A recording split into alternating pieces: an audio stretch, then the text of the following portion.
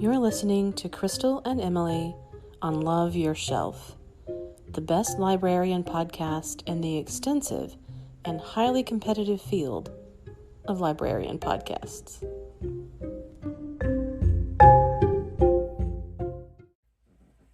Ooh, hello. Hello.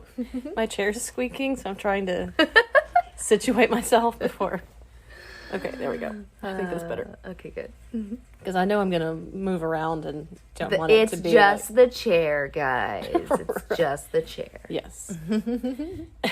So this is episode 25. Oh. Yeah. Quarter century. No. Look at us. It feels a little bit like it. It's been about that long. But we missed you last week. We had to do so many blueberry things that we could not get it together to get the podcast recorded. So we've got a lot to cover for today. So hopefully, Yeah, girl. you're ready to Buckle put your up, feet folks. up. Yep. And listen to all of our craziness. So the first one I'm going to talk about is my least favorite thing that I've consumed Yeah. in a while. And that is the movie that I was really looking forward to. Yeah. Called A Promising Young Woman, starring Carey Mulligan and Bo Burnham. And I really thought it was going to be different than what it was. My hopes were very high. And Yes. I disclaimer, I have not seen it yet. I will still watch it. But I trust Crystal's opinion more than a lot of people's opinions on movies. Anyway, yeah. Yeah, I think that it was well done, that it accomplished what it wanted to, but what it accomplished is what was so disappointing to me. So I'll leave it at that, but I can see why it was highly anticipated and well received. Okay, leave it at that. I did not want the message that it had to send. I won't say what you actually said about how much you were disappointed. Yeah, I'll leave it as vague there a little bit, yeah. But then I just so happened to catch that Bo Burnham, who was in that movie, just came out with a special called Inside. And that also was highly anticipated, and everybody was watching it and talking about it. And it's good. Yeah, I need to watch that. Yeah. So it's got catchy songs, of course, because that's what he does. It's a little bit artsy and self-aware, like a lot of the stuff that he does, but even like to another level of that, because he's grown and he's 30, I think, he turns 30 in the COVID year, and so basically he's recording and creating this special while being 30, which is 30 also during my COVID, age. and he's by himself. Yeah, exactly. And so he's all alone in this little kind of studio room. Okay. And he definitely like rides the line between self-aware, self-deprecating, but also kind of wallowing a little. That is, I think, how I would describe my personality.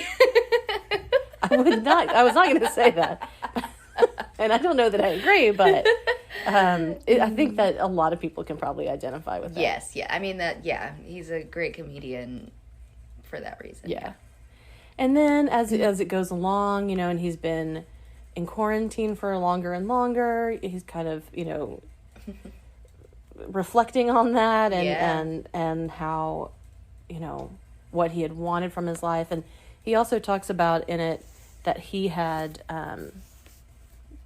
taken several years off from performing prior to this, and that he had planned to start back out, going to live performances and doing shows right when COVID hit. Of course. Well, of course. Yeah. Which we all identify with, right? We all had things that we were like, this is what this next year is going to hold, and then we had to change. I turned 30 in 2020. I was like, this is my year. And no. Wah, wah. Yeah, exactly. And so I think that if you're a fan of his, you will absolutely love it. It's the best thing that he's done. Excellent. If you're not, you might still enjoy it, because maybe you just haven't, it's been a few years since he's done these performances. And he he started when he was a teenager, very young. Yeah, I forget that. Yeah, like doing YouTube videos and stuff. And so, like, for 15 years, well, I guess for 10 years, he was doing YouTube and making then doing the, like, Comedy Central shows. And he's made a movie since then, too. But for the previous 5 years, he had not been doing any live performances because he had anxiety. So there's lots of things about, mental health and that kind of stuff. It's very layered and complex. Cool. And, at first I was a little afraid, that I kind of knew exactly what this was going to be. Because there has been a lot of that, coming out of quarantine where people are like, well, I'm just here stuck by myself, so here's what I'm doing. It's my weird thing I do during quarantine. And we're like, wait, it's all of our weird things. We're all a little, doing it. Yeah, we're a little bored by that now. But he really takes that up a notch. So that's great. Yeah.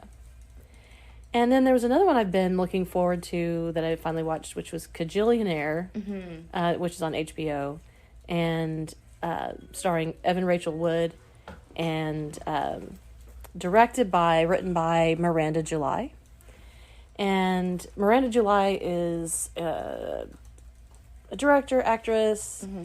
Her first feature film was Me and You and Everyone We Know many years ago. Yeah, she's got a great name, first of all. Yes. But I'm not familiar. And she's also an author. She's written short stories and screenplays, stuff like that. And so this is a very unique film. Yeah. Visually, the characters are bizarre. Basically, the three central characters are this mother and father and their grown daughter, who are like the world's worst criminals. Okay. Like low key, not even really hardcore criminals. Yeah. Just trying to scam people. Just, like one of the big opening scenes, the daughter does all of these acrobatics that are really ridiculous to get into the post office, and she opens her post office box and then just reaches all the way through and tries to grab the next person's packages and mail. And so that's great. Their big heist for the day. Yeah. And so that kind of gives you an idea of what the tone of the movie is. And it also goes into some darker places and some unexpected places for sure. But a little bit, it kind of reminded me of the movie Bottle Rocket, where it's these inept people trying to do crime. Yeah, and think they're big and bad. And, Yeah. So it's pretty funny, but also touching and weird. Nice. Yeah. I'll watch it. Then I watched A Glitch in the Matrix on Hulu, which is a documentary by Rodney Asher, who also did the documentary Room 237, which is about The Shining, the filming of The Shining. And so it is exactly what it sounds like. It's about simulation theory. And I was really...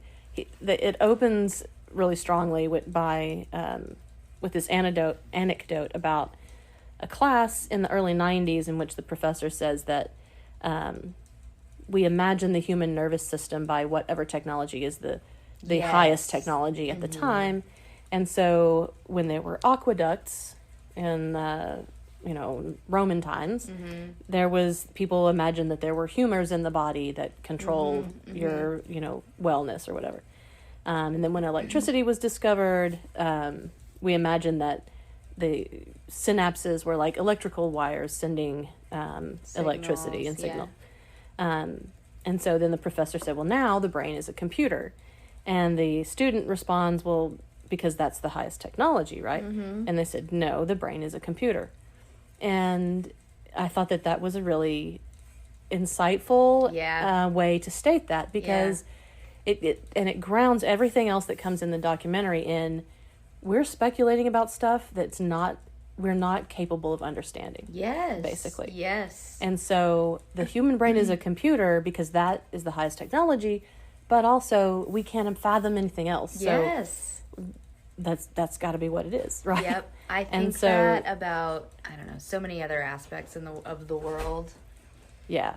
It's it was a really interesting. It kind of goes all over the place in this documentary.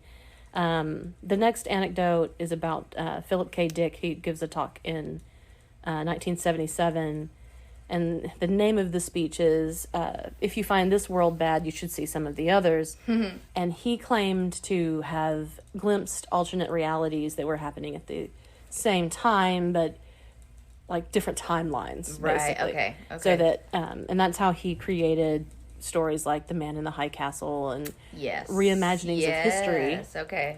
And Because so he claimed to actually see those, or To just he witness them. imagined? Oh. he claimed that he saw them and that they were real. Oh. And so he says, in 1977, we are living in a computer-programmed reality, and the only clue we have to it is when some variable is changed and some alteration in our reality occurs. Like a glitch in the Matrix, right? Uh-huh. And so then, of course, the documentary covers the film trilogy, The Matrix. It quotes Neil deGrasse Tyson and talks about synchronicities. There's all kinds of stuff. There's many, even there's this great cartoonist, Chris Ware, who talks about Minecraft. Nice. And which we're familiar with here at the library because we have a Minecraft program. And Plug. exactly. And anyway, so it goes through lots of different categories, lots of different types of evidence. And I don't know that it's exactly trying to make any kind of claims. It's just kind of exploring these things. I mean, I am such a fan of just a fun line of thought. Yeah, So, exactly. Yeah. It's thought-provoking. Yeah. I think the ending is not good. Okay. Like, well, I didn't that's a enjoy how shame. they ended it. Yeah. And it was hard to watch. Yeah. But the rest of it, definitely I recommend. That worries me, but I'll turn it off before the end. I think you'll catch on. You'll see where it's going, and you'll know when zoop. to. Yeah. Okay. Exactly. And then so this is like 2 weeks of viewing. I'm not like just spending all of my That's free okay. time watching That's okay. things. So. Even if you were, I wouldn't judge you. I wouldn't. Others might. Yes, that's who I'm talking to. You judgy people out there. So then I watched Solos, which is on Amazon Prime. It's voiceover by Morgan Freeman. And each episode is a single actor and responding to, in some cases, like people on a screen or, something like that. But mostly just a single actor. And so the first one was directed by Rodney Asher, that I was just talking about, who directed The Glitch in the Matrix. And it features Anne Hathaway, and she's doing some kind of time travel experiment, which multiplies her. Ooh. There's also Anthony Mackie is in episode 2, and that episode's about cloning. And anyway, each of Nice, these is yeah. about like a very 21st century topic or sci-fi kind of theme, but yet they're very grounded in like the human emotion that the people are, cool. and so it kind of focuses on Cool. those people. Yeah. Helen Mirren is episode 3. Yuzo Aduba is episode 4. And she's been inside her home during a pandemic. But it's been 20 years. Ah. Yeah. Yeah. So, exactly. Ooh, so grateful right now. Yeah. Well, and it's so funny. I'm glad to hear you talk about that because I read the very short summary on Amazon and was like, well, wow, I still know nothing about what this is about. Yeah. Because it's just It kind is- of like, this is about human experience or something like that. Exactly. Yeah. But that's kind of what it is. Yeah. No, But so I'm there's glad to hear you. a hook for each one. Cool. And some of them are very raw and very, like, hard to describe. Right, But okay, They're, okay. Yeah, if you want to have some emotions, Okay, well. feel some feels. Yeah. I might have to give it another time. I don't know if I need emotions right now, but cool. Yeah, I'm into just someday kidding. in the future. And then I watched In the Heights on HBO. Yes. And which I thoroughly enjoyed. I'm not a huge musical fan. Yeah, no, when you said you were going to watch it, I was like, ooh. Yeah. Ooh. But, I mean, it's enjoyable. Yeah. Songs are catchy. They're good. They are. The story's good.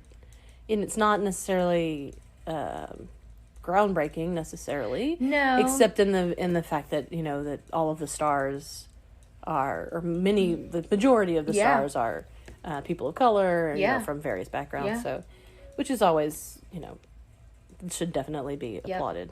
Well, and, I got to mention, it's about my neighborhood when I lived in New York. I lived in Washington Heights, and Nick and I, we started watching it and really enjoyed it, but we got about 20 minutes in before we ended up stopping and, Google Earthing our old neighborhood and, reminiscing. So I've yet to come back to it, but I definitely plan to. Yeah, and it was shot there. Yeah, it was, yeah. Yeah. So, very highly recommend that for musical lovers.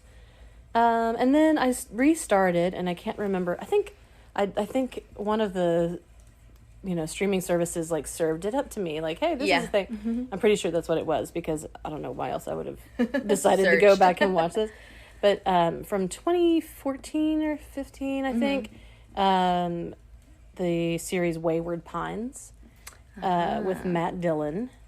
And it's based on a series of novels by Blake Crouch, who is an author I've talked about before. Okay. Sci-fi stuff.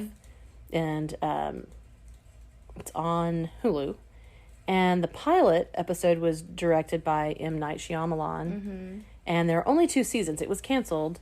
And the author said that he was inspired by Twin Peaks. So you can definitely get some Twin Peaks vibes there. The title immediately made me think of Twin Peaks. Yeah, that's exactly. Okay. It's definitely reminiscent of that. And just the basic gist, and I don't know if it was probably...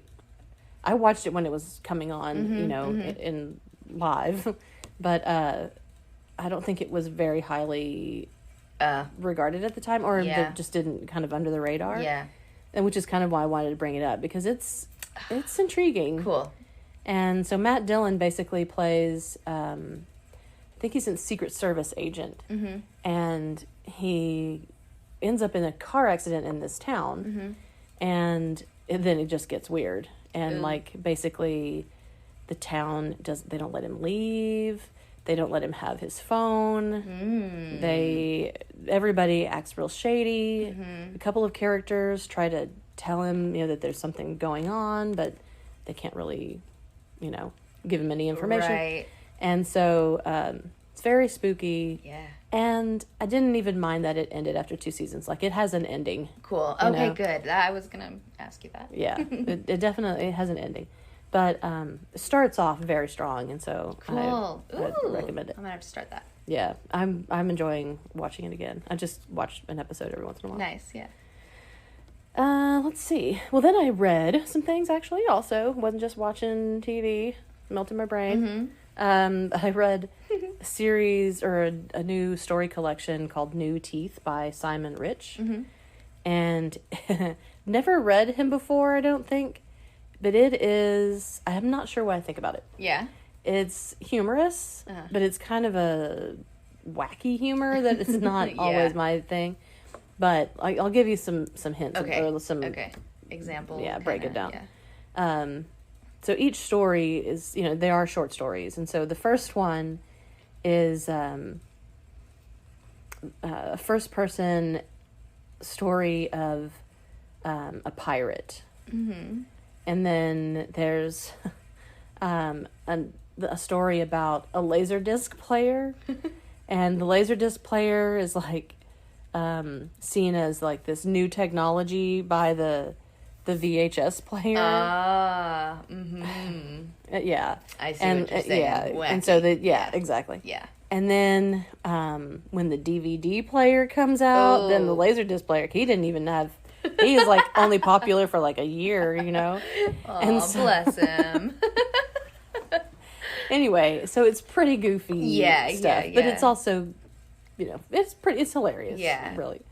And then another story is about a toddler that's written a hard-boiled detective series. Oh my gosh, I love it.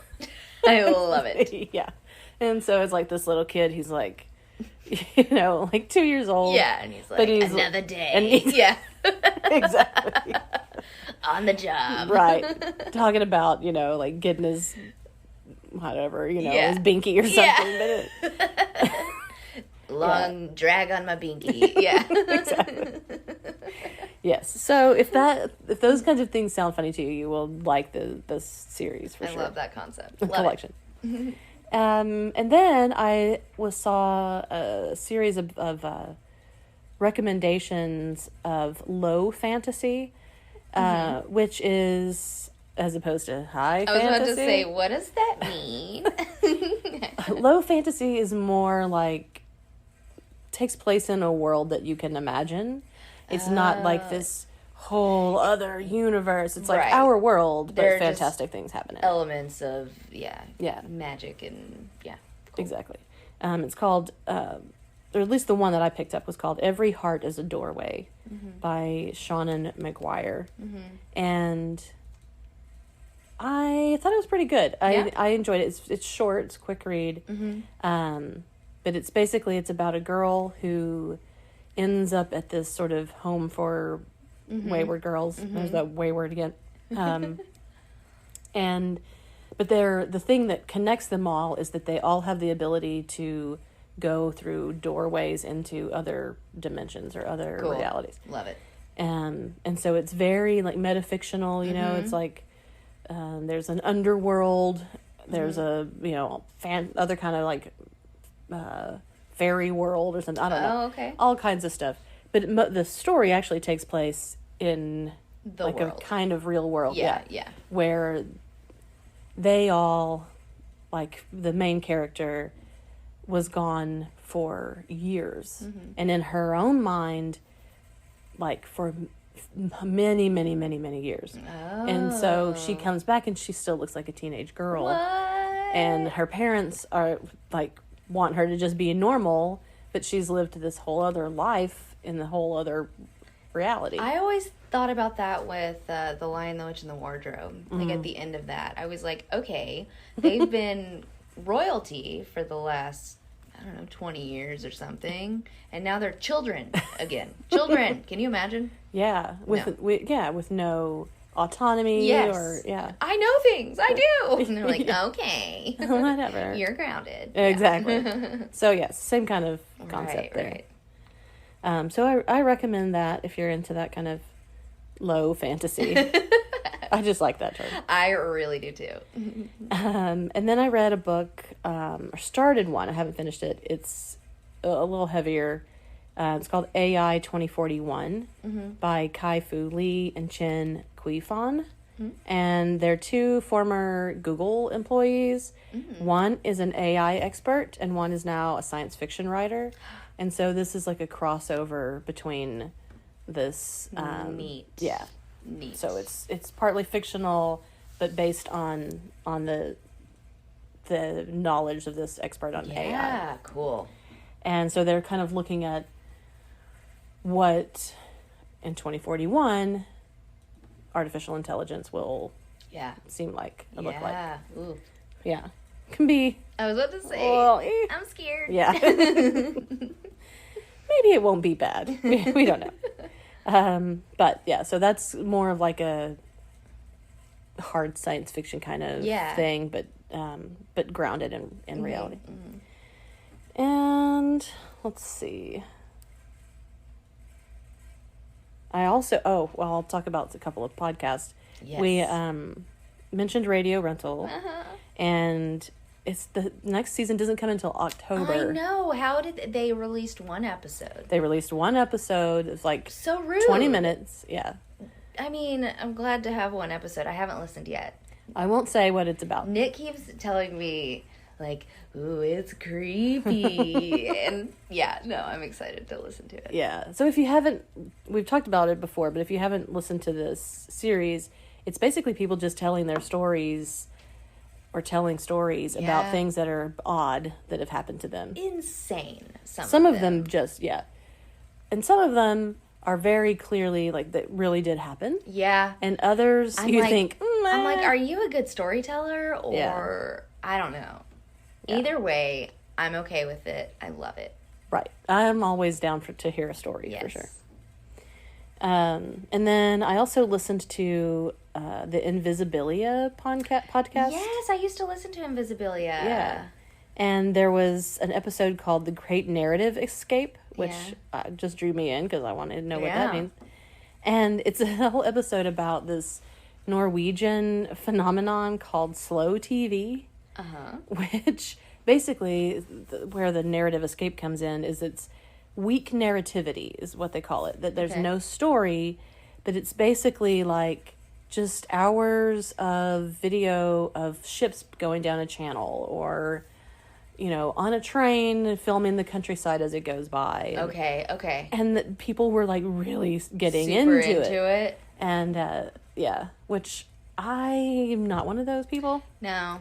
I like a narrative. Yeah. There's a little short film series that I used to subscribe to, this series called Wolfen, which was like every month, or I guess maybe it was quarterly. Anyway, every certain amount of time, you would get a DVD in the mail, and it would have like short films and other stuff on it. And one of the short films was just like this ocean scene, and it goes on for a long time. But then, and this is like, oh my gosh, this is like where weak narrativity comes into, like suddenly there's a story, and then and so like from the the west direction, as you're just like looking out on this ocean scene, this boat like is coming toward the shore, and it's like a big inflatable thing, so it actually comes it comes all the way onto the sand, and then the whole thing like deflates, and a guy gets out and like runs off, and then the thing inflates back up again and goes back out to sea. What? And it's just a silly short film. Oh my gosh. But it made me think about that. Yeah. So what happens is, as they were talking about this being a phenomenon, they say that people started showing up to be at the places where the camera was going to go by, so that they could be on TV. I'm gonna be famous. Yeah. Oh my gosh. And then it, turned into all kinds of other stuff. Oh, my goodness. It's a fascinating episode of that podcast for sure. Oh, even though hilarious. It's much more fascinating to talk about that phenomenon than to just watch something like that. Definitely. Although, I don't know, I've maybe stared a few minutes at a fireplace on a TV before or something. But like, I'm trying to take a nap when that happens. Yeah. I'm not trying to entertain myself. Right, exactly.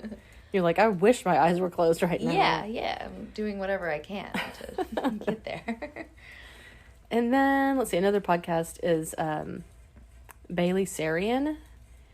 She does videos of like makeup and murder mysteries or something. Nice. And so she's doing her makeup and she's telling these stories. Nice. Maybe you've told me about I think I this. probably have. Okay. But she has a podcast, like a proper podcast now, called Dark History. And it's exactly what it sounds like. But I don't know what it is about her that I like necessarily. Yeah. But I do. I like her. And, nice. Well. And, it's the true crime stuff. That, Yep. That we're all here for. Drawn into it. Goodness. Yep. And then the last couple of things that I'll mention are just sort of off the wall things that caught my attention this past week. First of all, there's a couple of series. One was on like Quibi or something like that nobody can watch anymore, or it's on something that I don't have. Yep. And it was called Murder House Flip. Okay, I'm listening. You know what it is. It's these infamous murder houses where people go in and then they like redecorate it and they sell it. And I didn't really like want to watch that show, but I just wanted to see it just to confirm that it existed. Yeah. That's a crazy premise. That is. I don't know if I love it. It kind of feels cruel to me. Exactly. Like you're tricking real people. Someone. Yeah. Real people suffered at that place, first of all. Yes. And then who's going to move in there? Well, and are you advertising it as like there was a murder here? Because I'm not cool with that. I don't know. They obviously feels disrespectful. are to a certain extent because there's a show about it. Or are they trying to make these houses nice so that people will buy them and they're like, we're not going to tell them what happened here. Right. I don't know. Until they watch the show. So this is, exactly. This is what I wanted to see the show for, because I just was curious about what that was about. Yes, all of these questions. But the world saved me from myself because I don't have that streaming service, whatever it is. And so then, like, right the next thing I saw, and I was like, okay, clearly there's a theme, is Crime Scene Kitchen, hosted by Joel McHale. And so... I'm scared. Yes. It's not bad. Yeah. It is... The crime is just somebody baking something. Oh. And so the bakers go in, and then they see, oh, there's cream cheese in the trash, and there's an apple cut up here. So I got to guess what this was, and then they make it. Oh, that's funny. Yeah. I mean... So that's very different. Yes. Approach. It's not real crime scenes. A little tricked, but it's okay. Yeah. So it's actually, like, I like a baking show. Yes, that's really what it is. That's all it is, yeah. So, anyway, but they knew what they were doing by choosing that. Yes, that exactly. Title. People go like, what? I'll give them that, yeah. And then I watched the last episode of Handmaid's Tale, the last for this season, and there was some catharsis. That's all I'm going to say. Okay. Which I've been yearning for the whole time. Well, yeah. I mean, it makes me... Have they said how many more seasons they're going to put out? No. Or at least I don't know. Okay. But this is the 4th. Did it feel like this would be an ending place? It totally could be, but I don't think it is. Okay. Yeah. I'm measuring how cathartic it is. Not, they don't blow up Gilead or anything. But cool. There's some catharsis. And then I saw, after I finished watching that, I'm sure this was coming back up because of that, is also on Hulu, a movie from 2014 starring Elizabeth Moss, called The One I Love. And Mark Duplass is... Is it about a couple? Yes. I've seen it a long time ago. Yep. Yeah. Yeah. And so I haven't rewatched it, but it's on my list because I was like, oh yeah, that was a smart movie. It's sci-fi ish. Yes. Yeah. Okay. I mean, yeah. There's things that happen that could not really happen. Right. But it is. It's about this couple, and they go out to this country house to have a getaway. Yeah. And reconnect, and then it's hard to say anything without giving it away. Where do you go from there? It was I liked it. Yeah. I should rewatch it. It's unexpected. It is. And Elizabeth Moss is always good. Yeah. And then Mark Duplass. I've talked a bunch about the Duplass brothers and all the different stuff that they've had their hands in. So. Yeah. Cool. Good reminder. Yeah, and I think that is everything. I think that's everything. Well, no, there's actually other things, but I'm going to save them for the next time because I don't want to go on and on and on. Because we've got to go out to the park. And watch a movie with all night. of you. Yes. We're going to show Hoodwinked, which actually, for an animated show, I think is highly recommended. Yeah, I love animated anything, so... I think it's a wonder that you've seen it and I haven't. I know. That's the opposite of what normally happens. But it's Glenn Close plays Granny. Love it. And Anne Hathaway plays Red. Love it again. And Patrick Warburton, remember him? No. He's Elaine's boyfriend on Yes, Seinfeld. I already know. Yes. Okay. Yes. Yeah, I can't do it. That's terrible. But yes, he's got a really low voice. Yes, and he plays the wolf. And so, yeah, it's really good. So looking forward to that, even though it's going to be humid and hot. Yeah. But we're just going to... Catch me with my hair up. Yeah, exactly.